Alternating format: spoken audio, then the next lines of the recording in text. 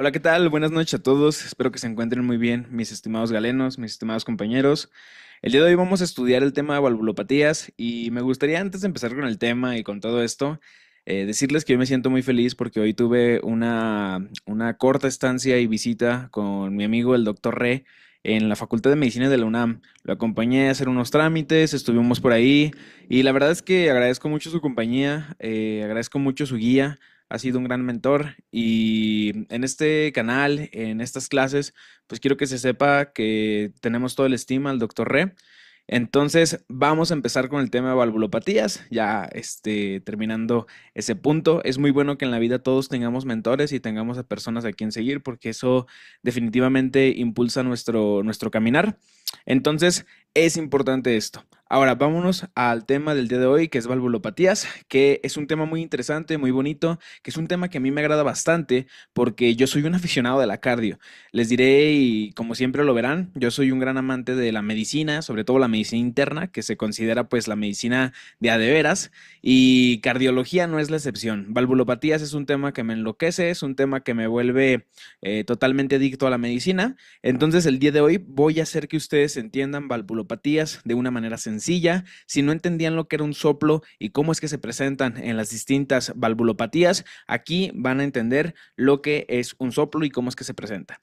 Entonces, vamos a empezar con el tema, primero introduciéndonos un poco a las dos patologías importantes que tenemos que saber una vez que empecemos a estudiar valvulopatías.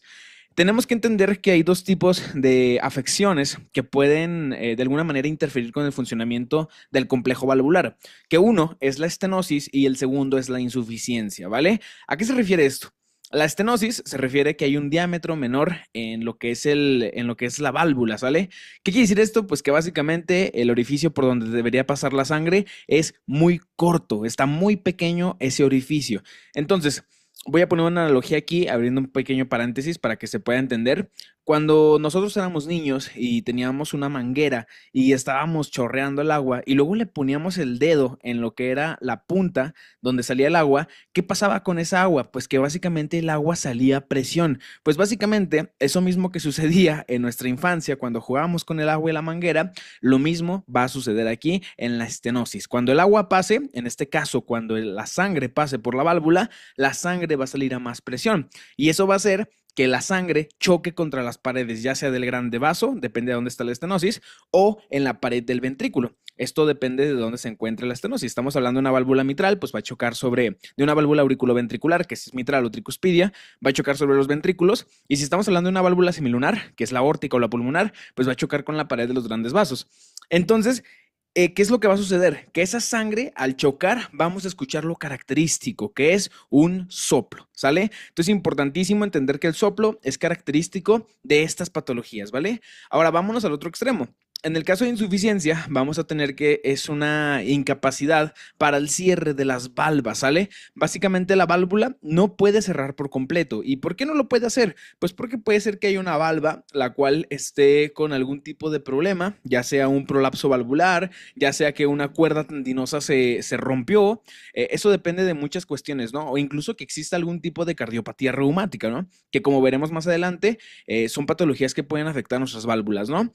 Entonces, ya una vez entendiendo qué es la insuficiencia, que es básicamente cuando la válvula se vuelve incapaz para hacer un cierre hermético, un cierre total, y eso permite la regurgitación de la sangre, y eso va a provocar que la sangre choque, a final de cuentas, y produzca un soplo, ¿no? En el caso de estenosis va a pasar lo mismo, solamente que el mecanismo fisiopatológico es distinto. En uno la válvula está más cerrada, y en otro lado la válvula es insuficiente para el cierre, ¿vale? Una vez explicando esto, vamos a explicar qué es la dinámica valvular. Pues bueno, todos cuando ponemos un estetoscopio y cuando recién llegamos a medicina, escuchábamos el clásico loop dub, ¿no? Que básicamente es el S1 y el S2. ¿Qué significa esto? Y esto es fisiológico, total. El S1 es el cierre de las válvulas auriculoventriculares, o sea, la válvula tricúspide en el lado derecho y la válvula mitral en el lado izquierdo. El S2 es lo contrario, ahora va a ser el cierre de las válvulas semilunares. la válvula pulmonar y la válvula aórtica. Entonces, esos ruidos son normales y están dentro de nuestro ciclo cardíaco. ¿Qué es lo que va a salir fuera de lo normal? Cuando escuchemos ruidos adicionales, que puede ser un S3, un S4. Pues bueno, dentro de esos ruidos que podemos llegar a escuchar adicionales, pueden ser soplos. Entonces, es muy importante aprender a distinguir lo que está normal a la auscultación. Por eso tenemos que auscultar a muchos pacientes en nuestra formación médica, para que cuando nos toque un paciente que tenga un ruido adicional o un ritmo en galope, sepamos distinguir inmediatamente que algo está normal. Aunque no sepamos que si existe una valvulopatía o no, lo más importante es saber si existe un ruido anormal. ¿Sale? Entonces, una vez entendido esto, S1, S2 es normal. Una cosa que me gustaría también explicar aquí es que podemos tener un S3 fisiológico, básicamente un ruido adicional. Esto se produce en ciertas condiciones, como por ejemplo niños con fiebre, taquicardia, que tengan taquicardia y produzca un ruido sistólico, que esto se le conocen como soplos funcionales. Podemos tener también embarazadas o incluso pacientes ancianos con estos soplos fisiológicos o soplos funcionales. Entonces, ¿qué es lo que va a pasar cuando esté patológico? ¿Cómo vamos a distinguir un soplo que se trata de una insuficiencia o de una estenosis? Pues bueno, dos reglas generales que vamos a entender para poder descifrar cómo es que se van a escuchar los soplos, ¿vale? Una es que primero vamos a hablar de las válvulas auriculoventriculares y dos, después vamos a hablar de las válvulas semilunares, que sea la aórtica y la pulmonar. Entonces, para eso necesitamos entender el siguiente cuadrito, el siguiente diagrama, ¿sale? Un soplo sistólico a un soplo diastólico nos va a hablar siempre de diferentes cosas y esto va a ser dependiente de la válvula que estemos escuchando. Como yo sé que estoy escuchando la válvula mitral, la válvula tricuspidia, la válvula aórtica o la pulmonar por los focos de auscultación cardíaca. Normalmente cuando todos entramos a la facultad nos enseñan esto, ¿no? De que, a ver, el foco mitral está en el quinto espacio intercostal a 9 centímetros de la línea del esternón hasta la izquierda, ¿no? O línea media hemiclavicular hasta el quinto espacio intercostal, ¿no? El tricuspidio, pues en lo que es la apófisis tifoides, el aórtico, pues ya sabemos que está línea paraesternal del lado derecho y lo que sería el foco aórtico, pues del lado izquierdo, ¿no? Línea paraesternal. Generalmente a nivel del segundo espacio intercostal, ambos, ¿no?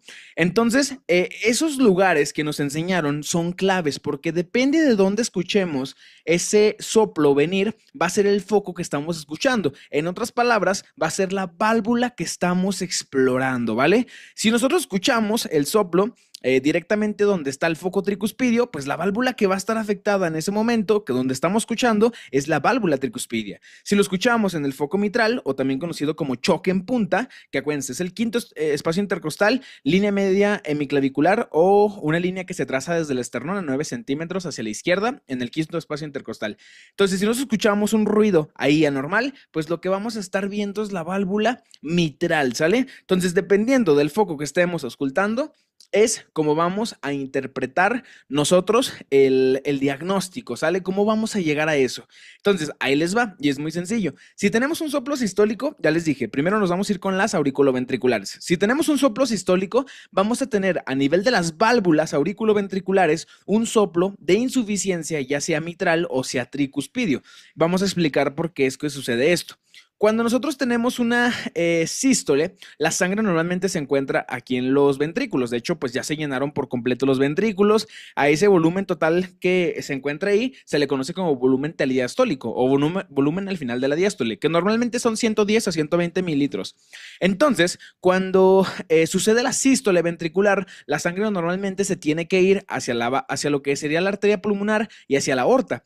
Pero cuando tenemos una válvula tricuspidia o una válvula mitral que es insuficiente y no se puede cerrar por completo, ¿qué va a pasar? Que cuando la sangre se eyecte de los ventrículos, ya sea la afección del lado derecho o la afección del lado izquierdo, la sangre va a regurgitar hacia la aurícula del lado que está afectado. Entonces, por ejemplo, pongámoslo así, tenemos una insuficiencia tricuspidia, por cualquier razón, X, lo que sea. ¿Qué va a pasar? Que al momento de hacer la sístole ventricular, la sangre se va a ir hacia la arteria pulmonar, pero hay parte de esa sangre que va a chocar sobre las paredes de la valva a nivel de la tricuspidia. Entonces, hay sangre que se va a subir, va a retornar hacia la aurícula derecha. Eso mismo pasaría en una insuficiencia mitral con el mismo mecanismo. Se contrae, hace sístole el ventrículo izquierdo, la sangre se va hacia la aorta, pero hay alguna cantidad de sangre que choca aquí sobre la válvula y eso permite que la sangre regurgite hacia arriba, ¿no? Hacia la aurícula izquierda. Ahora, ese es por un lado la sístole. Ahora vámonos con la diástole, o sea, un soplo diastólico en lo que sería foco mitral y tricuspidio. Sería lo contrario. En soplos diastólicos en foco mitral y tricuspidio nos va a hablar de estenosis en este caso. ¿Y por qué? Vamos a verlo. En la diástole ventricular, generalmente lo que sucede es que la sangre pasa de las aurículas hacia los ventrículos. O sea, básicamente va del cuarto superior al cuarto inferior. Pero para poder llegar de un lado a otro, tiene que pasar por las válvulas del lado derecho, por la tricuspidia y del lado izquierdo, por lo que sería la mitral. Entonces, si la sangre tiene que bajar por aquí de cada lado y el orificio de pasada, la puerta, está más cerrada de lo normal, ¿qué va a pasar? Va a pasar el efecto manguera, que era lo que comentamos al principio, ¿no? Tapamos la manguera a un espacio mucho más reducido en su diámetro. ¿Y qué pasaba con el agua? En este caso, ¿qué va a pasar con la sangre? Que va a salir a presión. Y esa salida a presión, que va a producir un ruido. Y ese ruido se va a llamar soplo. Entonces, básicamente así sucede esto. Si hay estenosis pulmonar a nivel de la diástole, pues vamos a escuchar ese soplo característico. Si es mitral, pues va a ser en ese foco, ¿no? Básicamente es el mismo mecanismo, solamente lo que va a diferir es el soplo, donde lo vamos a escuchar, sea en el foco mitral o sea en el foco tricuspidio. Y obviamente, si lo escuchamos en diástole o si lo escuchamos en la fase de sístole, porque como ya se dieron cuenta, el truco está en entender en qué fase está y en qué válvula. Si sabes que es un soplo sistólico y estás escuchando una válvula B, pues estás frente a una insuficiencia valvular, ya sea mitral o sea tricuspidio. Si lo escuchaste en fase diastólica y estás en válvula B, sabes que es un soplo que puede estar referido a una estenosis, ya sea tricuspidia o ya sea mitral. Entonces, eso es la ciencia de las valvulopatías. Eso es la manera más fácil de poder entenderlas. ¿Qué va a pasar ahora con las válvulas semilunares? Con la aórtica y con la pulmonar. Básicamente es lo mismo, pero al revés. Y ahí les va por qué. Soplo sistólico nos va a hablar de estenosis, de la aorta y de lo que es el foco pulmonar.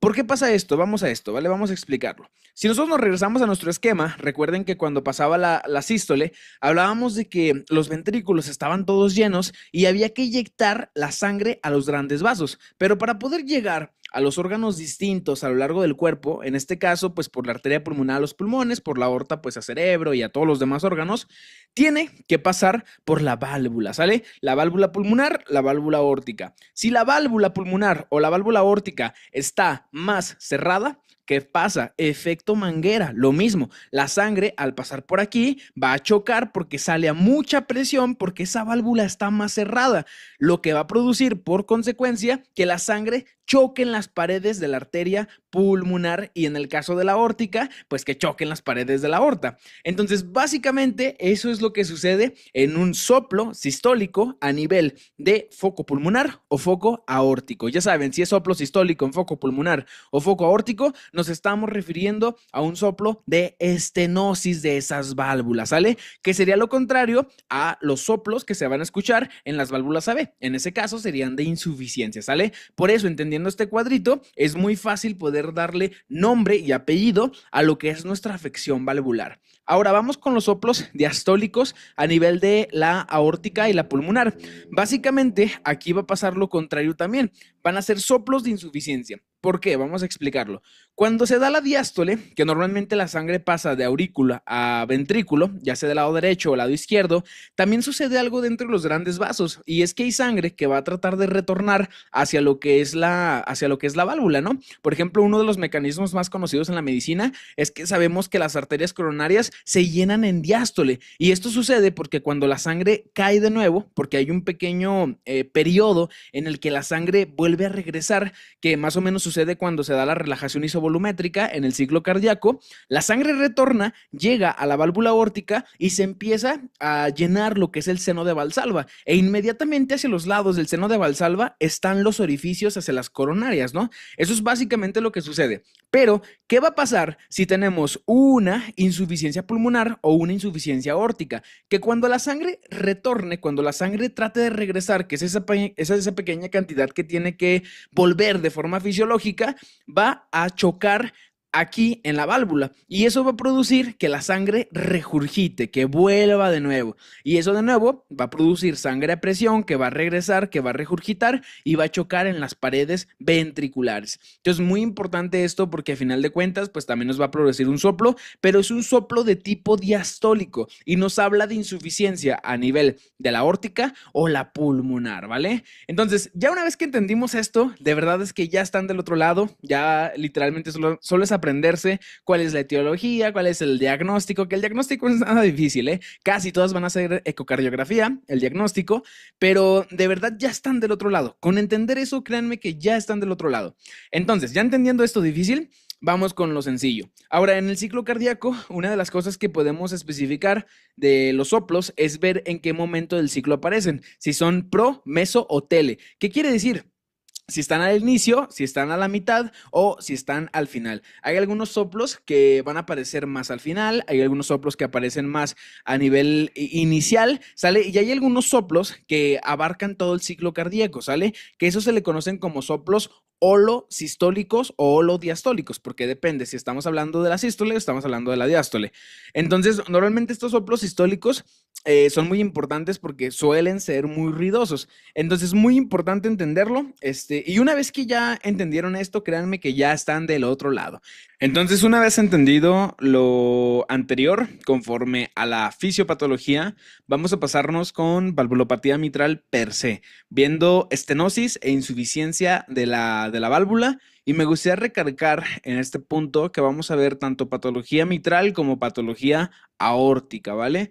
Esto porque tenemos dos guías de práctica clínica. La de estenosis aórtica ya está un poco viejita, la de mitral está bastante más actualizada que la de estenosis. Digo, también ya tendrá sus años, pero tenemos dos guías de práctica clínica importantes. No tenemos de patologías derechas, ni de tricuspidia, ni de pulmonar. Entonces vamos a dar el énfasis a mitral y aórtica, ¿vale? Entonces vamos a empezar con valvulopatía mitral, definiéndola como alteraciones anatómicas y funcionales que se presentan por afección de estructuras encontradas entre la aurícula y el ventrículo izquierdo. Importante, sí, porque de cierta manera nos pone en contexto de qué es lo que vamos a hablar. Nos dice que pues básicamente va a haber alteraciones a nivel anatómico o funcionales, que esto va a ser muy importante y sobre todo ahorita cuando lo veamos, porque se van a dar cuenta que puede afectar el complejo valvular completo, ¿no? Ya sea las cuerdas tendinosas, ya sea las propias valvas o ya sea propiamente el músculo papilar desde los ventrículos. Entonces vamos a adentrarnos a esta patología. Ahora, viendo esta imagen, quiero que se acuerden de la siguiente definición, que es prolapso valvular mitral.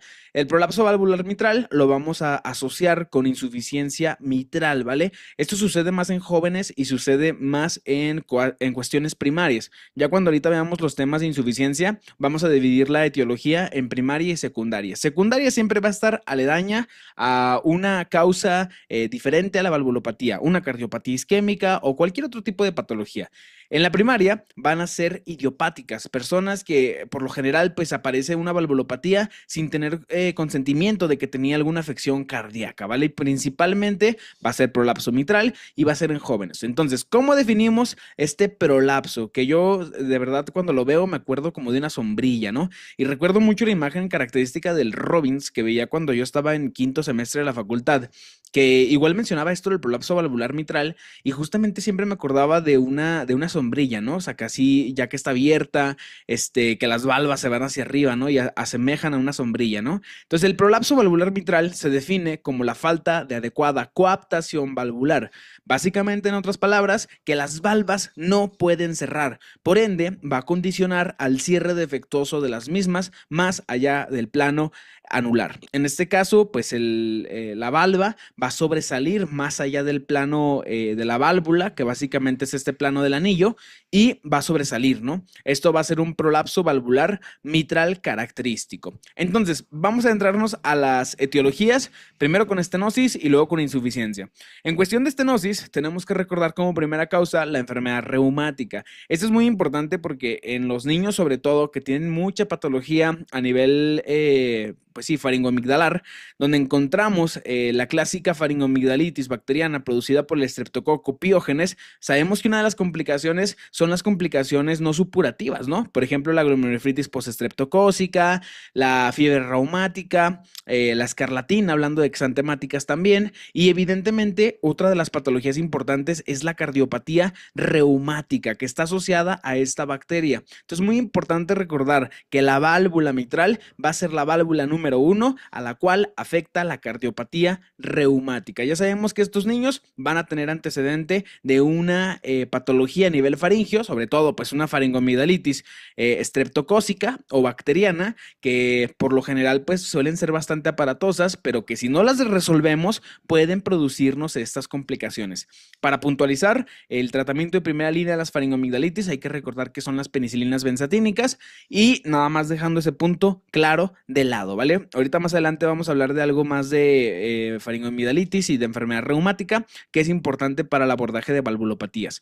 Además de esto, en estenosis podemos tener lupus eritematoso sistémico, que como sabemos la patología clásica que aparece en el lupus a nivel cardíaco es la endocarditis de Liebman-Sachs. Hay que recordar que esta endocarditis de Liebman-Sachs se caracteriza por vegetaciones asépticas, ¿vale? Van a ser vegetaciones que tienen tendencia a desprenderse de la válvula, que las vegetaciones son estas pequeñas como bolitas que se van formando alrededor de la válvula, que pueden estar contaminadas o no, ¿no? O en otras palabras, pueden ser sépticas o asépticas. En este caso, en la endocarditis de Liebman-Sachs, son asépticas y tienden a embolizar. ¿Qué quiere decir? Que esos pedacitos se van a ir saliendo a la circulación sistémica, ¿vale? Entonces, muy importante por esa embolización. La tercera causa que hay que recordar con estenosis es artritis reumatoide. Ya es algo más difícil que pueda aparecer, pero aún así hay que recordarla. Como primera y como obligatorio, enfermedad reumática. Ahora, insuficiencia mitral es todo un campo totalmente distinto. Acá lo vamos a definir como primarias o secundarias las causas. Ya saben, secundarias, aledaño a otra causa, como por ejemplo una cardiopatía isquémica, un infarto o una endocarditis, ¿vale? Por cualquier otra razón. La causa primaria, por lo general, van a ser causas idiopáticas, son más en jóvenes y se asocia justamente a este prolapso valvular mitral que ya veíamos acá, ¿no? Que en otras palabras, pues es una degeneración mixomatosa del aparato valvular. A final de cuentas, todo esto va a producir la patología y vamos a desarmar la guía de práctica clínica para que podamos entender qué es lo que va a suceder en la insuficiencia y qué va a suceder en la estenosis, ¿vale? Vamos a adentrarnos a la estenosis de primera intención. Y pues esta la vamos a definir como un estrechamiento del diámetro de la válvula mitral. Hay que recordar que el propio nombre de estenosis mitral pues ya nos dice lo que va a pasar, ¿no? La válvula va a estar más cerrada y por ende va a hacer este efecto manguera cuando pase la sangre de la aurícula hacia el ventrículo. Por ende vamos a tener un soplo de tipo diastólico en la válvula mitral, ¿vale? Cuando tengamos estenosis mitral. Algo importante, recuerda, la más afectada en cardiopatía reumática. ¿Por qué? Porque también, si bien es claro que es la más afectada, también se puede afectar otra válvula. Y la segunda válvula en frecuencia que más se afecta por cardiopatía reumática es la aórtica, ¿vale? Entonces, muy importante, seguramente reconocerán esta imagen que se le conoce como el baile del zambito. En palabras más médicas, a eso se le conoce como la corea de Sydenham, que básicamente esta corea es una corea característica que sucedía en los pacientes que tenían faringomigdalitis y después se complicaban con justamente esas complicaciones no supurativas, ¿no? Donde pues básicamente una de las características o una de esas complicaciones es esta corea clásica, ¿vale? Entonces, ahorita vamos a ver que en una de las apartados de la GPC nos dice, si tenemos un niño con sospecha de corea de Sydenham, evidentemente por enfermedad, por faringomigdalitis bacteriana, pues vamos a tener que también hacer un ecocardiograma para ver que el niño no tenga cardiopatía reumática, ¿vale? Entonces, característico esto de cajón. Ahora, en los adultos, un mundo totalmente distinto y esto quiero que se lo graben junto con lo que es la patología aórtica aórtica, porque tanto en la mitral como en la aórtica, cuando hablemos de estenopsis de estas dos válvulas, vamos a acordarnos de enfermedad calcificante. En un adulto es muy frecuente, obviamente hay adultos mayores, es más frecuente que la válvula se empiece a degenerar y se empiece a calcificar. Esto es por los propios cambios geriátricos que va sucediendo en nuestro cuerpo con el paso del tiempo. Entonces, si en el ENARM escuchamos que la válvula está calcificada, o cuál es la principal causa en un paciente adulto y viene ahí calcificante el nombre, no duden en poner que la patología va a ser calcificante, ¿vale? Evidentemente hay que leer los casos clínicos y hay que ir desarmando para ver si nos dan alguna sospecha, pero de entrada, si es un paciente adulto con una patología valvular y no sabemos la respuesta, hay que buscar algo que lo relacione a calcificante en un paciente adulto. Obviamente en un niño, de ley, pues buscar los antecedentes de faringoamigdalitis, ver que sea compatible con una cardiopatía reumática en este caso. Ahora, como clínica, vamos a tener muy sencillo, ¿no? Disnea de esfuerzo, que es lo más frecuente, disnea paroxística nocturna, palpitaciones, fatiga, edema periférico. Sobre todo esto va a estar producido porque hay que recordar que lo que está sucediendo a nivel fisiopatológico es que la válvula mitral está más cerrada de lo normal, entonces la presión se va a empezar a acumular en la aurícula izquierda. Eventualmente esa presión se va a empezar a acumular en los vasos pulmonares y dentro de los vasos pulmonares va a haber fuga de líquido. De hecho, ahorita que veamos la radiografía clásica, vamos a vernos que una de las cosas características va a ser ese infiltrado pulmonar difuso que lo vamos a ver muy característico, ¿vale? Entonces, muy importante, la disfonía sobre todo se presenta por este síndrome, que es el síndrome de Ortner, que básicamente se da por compresión de la válvula a una de las ramas del nervio vago, que es el nervio laringio recurrente. Hay que recordar que este nervio laringio recurrente tiende a tener una función muy importante en nuestro cuerpo, que básicamente es producir la fonación a través de la contracción de las famosas cuerdas bucales. Entonces, si tenemos una compresión de pues nos va a producir disfonía, ¿vale? Lo más clásico que van a tener estos pacientes, disnea de esfuerzo, ¿vale? Va a ser lo clásico que van a tener estos pacientes. Algo que me gustaría mencionar y que es muy importante y que es sumamente rentable para aprendernos para el ENAR es acordarnos de la principal arritmia que va a estar asociada a la valvulopatía mitral, que va a ser la fibrilación auricular. Y esto está impresionante, esto es de la GPC lo dice, 40% de los pacientes que presenten estenosis mitral van a padecer fibrilación auricular. Entonces, casi la gran mayoría o una gran parte de estos pacientes pues van a tener fibrilación auricular, ¿vale? Un poquito menos de la mayoría, ¿no? Y me manché, ¿no? Entonces, importante nada más recordar que la fibrilación auricular va a ser la principal arritmia asociada en estos pacientes, ¿vale? Ahora, ¿cómo vamos a hacer el diagnóstico? Sobre todo, en todas las valvulopatías que mencionamos de aquí en adelante, se van a dar cuenta que la principal prueba es el ecocardiograma, es el estándar de oro, como en casi todo cardiología. Y podemos hacer prueba de esfuerzo, que se le conoce como prueba de esfuerzo de Naughton, que básicamente es esta prueba que hacen en la caminadora los cardiólogos. La verdad es que esto es algo muy avanzado y que no hay que entender nosotros como médicos generales porque obviamente esto ya lo va a hacer un especialista, ¿vale? Algo importante, el ecocardiograma lo vamos a tener que realizar cada año en caso de que tengamos valvulopatía severa. Entonces, son seriados los ecocardiogramas, al igual que la radiografía. La radiografía, al igual que el ecocardiograma, se hace cada año y eventualmente es para ir viendo cómo se encuentra a nivel estructural ese corazón. Evidentemente, con el paso del tiempo, el corazón puede irse deformando, ir desarrollando hipertrofia, por los cambios hemodinámicos tan abruptos por el cierre de la válvula mitral. Además de esto, pues puede existir un aumento de líquido a nivel pulmonar, esa extravasación o esa infiltración de líquido a nivel pulmonar, sobre todo difuso y sobre todo pues producido por el aumento de las resistencias vasculares a nivel pulmonar. Entonces es importante ver esto, los infiltrados pulmonares, que nos hagan sospechar de una patología de tipo mitral, ¿vale? Es importante. Cosa también relevante que por ahí menciona la GPC, la resonancia magnética solo se va a realizar en caso de que el ecocardiograma no sea concluyente. Como en todo cardiología, a todo lo que hemos visto hasta ahorita, si se dan cuenta, la resonancia magnética se queda como hasta tercer punto tercer nivel, porque primero es el ecocardiograma, la radiografía junto con el electrocardiograma, y ya en tercer punto, si el ecocardiograma es inconcluyente, hacemos nuestra resonancia magnética, ¿vale? Entonces, muy importante recordar eso, nada más como puntualizándolo, ¿vale? Ahora, fíjense estos puntos aquí claves que me pareció importante ponérselos porque, sobre todo, para hacer énfasis y que en el ENAR sea más fácil recordarlo, fíjense, en todo niño que sospeche de fiebre reumática aguda, hay que efectuar un ecocardiograma. Eventualmente, ¿por qué? Porque una de las complicaciones, pues, es una cardiopatía reumática, ¿no?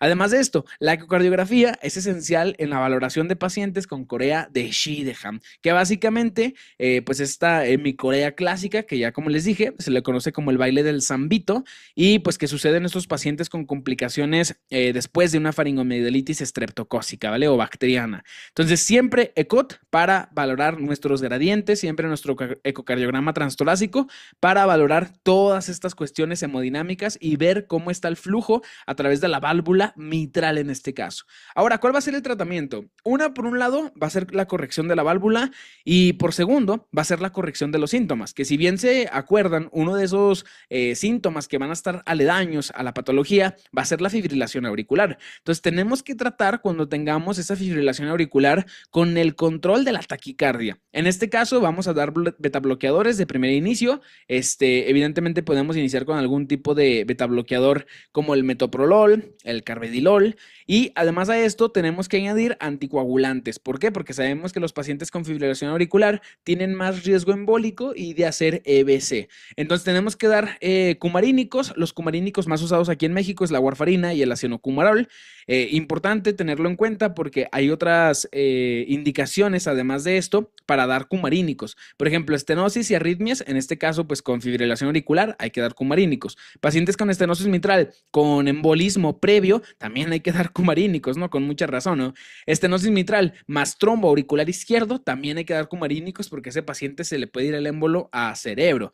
Prótesis valvulares mecánicas, esta es universal, esa es una regla universal que todos sabemos. Pacientes con prótesis valvulares, cumarínicos. Y obviamente un paciente que recibe anticoagulantes, no hay que darle AINES. Nunca hay que dar que ibuprofeno, ketoprofeno, todos estos medicamentos que damos usualmente en la consulta, hay que evitarlos en pacientes que están anticoagulados, ¿vale? El INR objetivo que tenemos que buscar es de 2 a 3.5. Esto es importante porque el INR, pues hay que mantenerlo siempre en cifras para saber que estamos anticoagulando bien a nuestro paciente, ¿vale? Ahora, vámonos con el tratamiento quirúrgico de la válvula, que se pueden hacer dos tipos, que es la valvuloplastía o la cirugía para arreglar las comisuras mitrales, que básicamente esto va a depender más del cardiólogo. Siempre el cardiólogo va a evaluar los índices ecocardiográficos, el score de Wilkins, que era un score que ya anteriormente estábamos viendo con pacientes con cardiopatías congénitas, que realmente esto no es importante que lo sepamos, más que simplemente va a ocupar cirugía, va a ser quirúrgico, ¿vale? Esto ya es más de especialidad, entonces no hay que clavarnos tanto con eso, ¿vale? Con que entendamos que se va a arreglar con una valvuloplastía, hasta ahí estamos bien. Ahora vámonos con insuficiencia mitral, que será la contraparte ahora de estenosis mitral.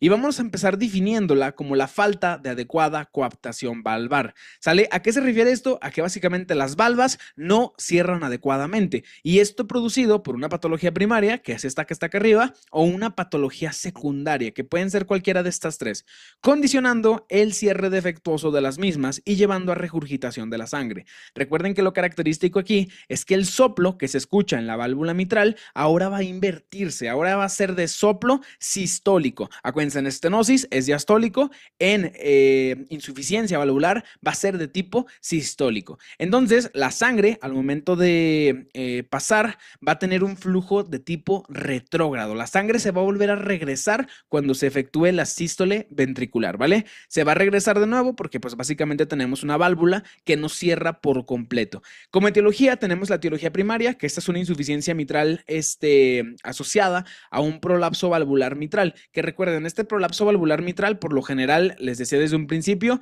es idiopático, es más en jóvenes y por lo general la deformidad de la válvula parece como un paraguas, ¿no? Que básicamente es esto que vemos, ¿no? Esta sombrilla clásica que les puse aquí para que se acuerden, ¿vale?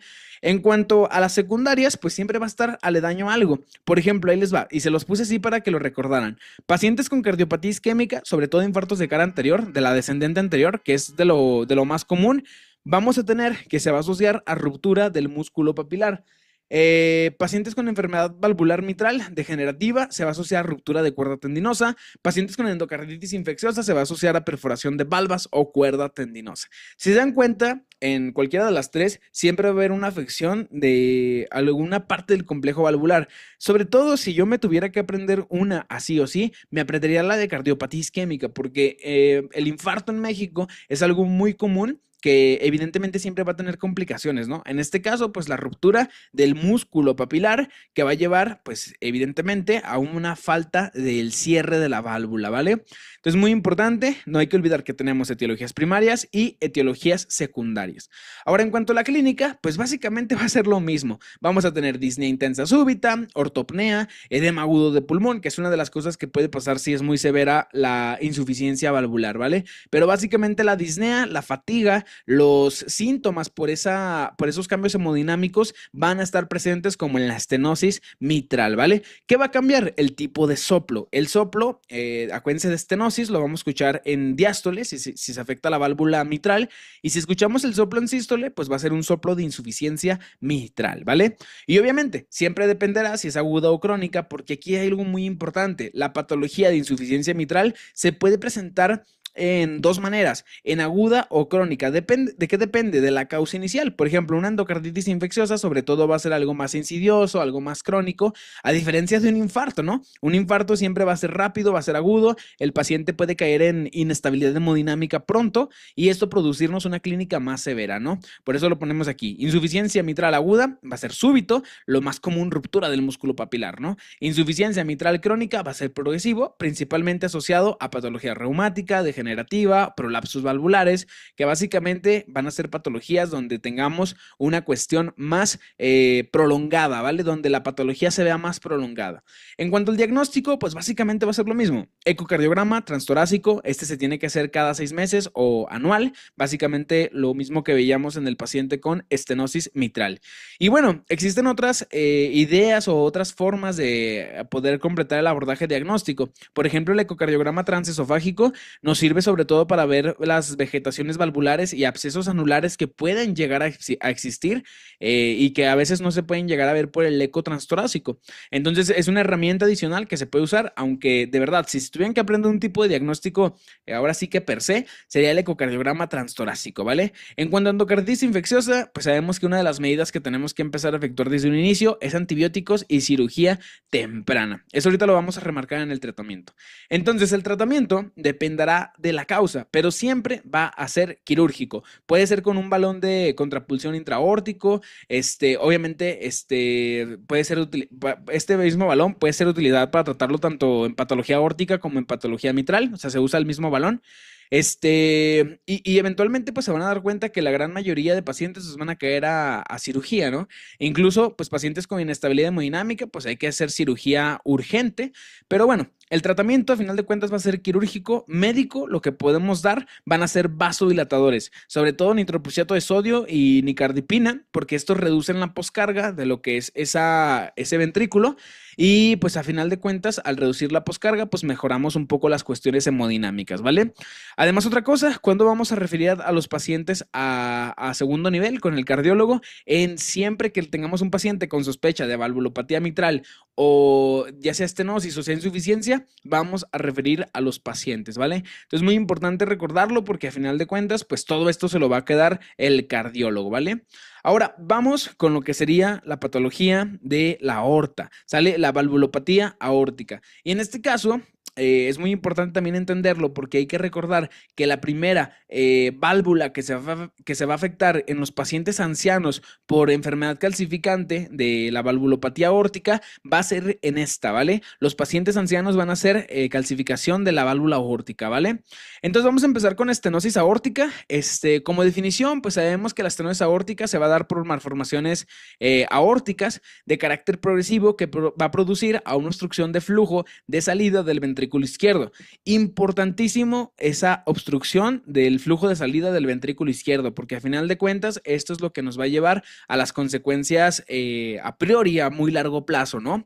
Además de esto, pues ocupa el primer lugar en las obstrucciones izquierdas del corazón. Es mucho más frecuente lo que es la valvulopatía aórtica, ¿vale? Ahora, en cuanto a la etiología, fíjense, lo más frecuente es que tengamos enfermedad calcificante del adulto mayor, que hablando entre valvulopatía mitral y aórtica, esta es la principal que quiero que se acuerden cuando vean la palabra calcificante, es la principal. Ahora, también podemos tener malformaciones, como bien nos dijo la definición. Podemos tener una válvula que sea unicúspide, una válvula que sea bicúspide y una válvula que sea tricuspidia, ¿no? Por ejemplo, en la unicúspidia, pues vamos a tener una obstrucción que va a ser totalmente severa, porque si tenemos una sola válvula, pues básicamente la cantidad de sangre que va a poder salir por ahí va a ser muy mínima o nula. Si tenemos una válvula bicúspide, igual va a ser difícil que la sangre pueda llegar a salir por ahí. Y además de esto, es la más frecuente, sobre todo con patología que hable sobre la válvula aórtica que está bicuspidia. Quiero que se acuerden de síndrome de Turner. Turner hace válvula bicuspidia. Entonces, si escuchan esa palabra de bicúspide, acuérdense de Turner, ¿vale? Que básicamente es esto que estamos viendo por aquí, ¿vale? Además de esto, tenemos la tricuspidia, que esta se da por fusión de las comisuras, sobre todo por patología calcificante, como esta imagen que vemos muy bonita aquí en la diapositiva, ¿no? Entonces, muy importante, segunda válvula más afectada en cardiopatía reumática. Ya sabemos que en calcificante va a ser la primera, pero en valvulopatía reumática es la segunda. Primera la mitral, segundo la válvula aórtica, ¿vale? Ahora, en cuanto a epidemiología, fíjense que la válvula aórtica es una de las principales, como ya bien lo hemos mencionado. 50% de los pacientes con enfermedad calcificante son pacientes de la tercera década de la vida, o sea, básicamente ya pacientes que ya están un poquito adultos. Evidentemente, conforme van creciendo, van aumentando de edad, va a haber más esta patología, ¿vale? Algo importante, tiene una gran latencia. ¿Qué quiere decir esto? Que por muchos años no va a dar síntomas, no va a dar nada a la patología, básicamente se va a mantener silenciosa. Hay factores relacionados a progresión como la edad avanzada, insuficiencia renal crónica, enfermedad coronaria concomitante y aparición o empeoramiento de síntomas, ¿vale? Sobre todo los pacientes cuando tienen esta patología, son pacientes clásicos que hacen ejercicio o tienen algún aumento de esfuerzo y se fatigan muy rápido, se relajan los pacientes, o sea, dejan de hacer el ejercicio, dejan de estar haciendo ese esfuerzo demandante para su corazón y la sintomatología disminuye, baja, se relajan y disminuye. Entonces, muy importante, eso es clásico de estos pacientes, y es importante, ¿vale? Sobre todo aquí quiero que recuerden como factor de progresión malo la insuficiencia renal crónica, porque de por sí esta se asocia al aumento de riesgo cardiovascular, sobre todo por los cambios a nivel del metabolismo fosfato-calcio que va a suceder en toda la fisiopatología del paciente renal, ¿no? Todo lo que sucede con la hiperfosfatemia característica que caracteriza a estos pacientes, que por cierto, pues por eso le damos el cebelamero, y tratamos de controlar ahí ciertas cuestiones, ¿no? Con la enfermedad mineral ósea en el paciente con enfermedad renal crónica. Entonces es importante recordar los factores de riesgo, sobre todo si me tuviera que aprender dos, me aprendía los primeros, edad avanzada e insuficiencia renal crónica.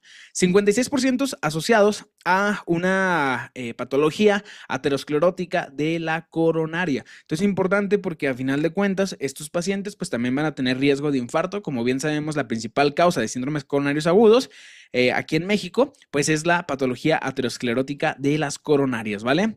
Como fisiopatología y como entendimiento, que básicamente es lo que ya hemos dicho previamente, vamos a tener que el diámetro normal de la válvula aórtica es de 3 a 4 centímetros. Esto sería lo regular, ¿vale?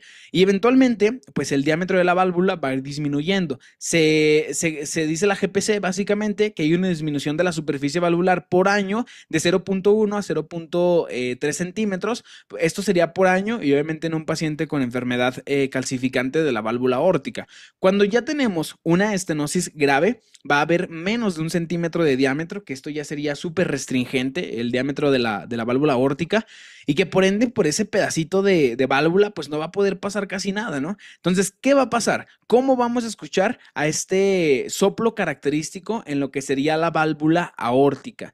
Pues bueno, el soplo característico va a ser que cuando el ventrículo se contraiga, haga sístole y como está estenosado lo que es la válvula aórtica, escuchemos un soplo sistólico en válvula aórtica, ¿vale? Entonces, muy importante, no hay que olvidar eso, sobre todo ese soplo sistólico, pues característico. Sabemos bien que si escuchamos el soplo en la válvula mitral, pues nos va a hablar de un soplo de insuficiencia, mientras que escuchamos un soplo sistólico en válvula aórtica, va a ser un soplo de estenosis, ¿vale? Entonces, importante, eso es característico y recuerden, son pacientes que ante la demanda de energética, cuando hacen algún ejercicio extenuante, son pacientes que se vuelven disneicos así a más no poder, se relajan, se sientan o algo y son pacientes que regresan a su estado basal, ¿no? Básicamente a estar tranquilos de nuevo, ¿vale?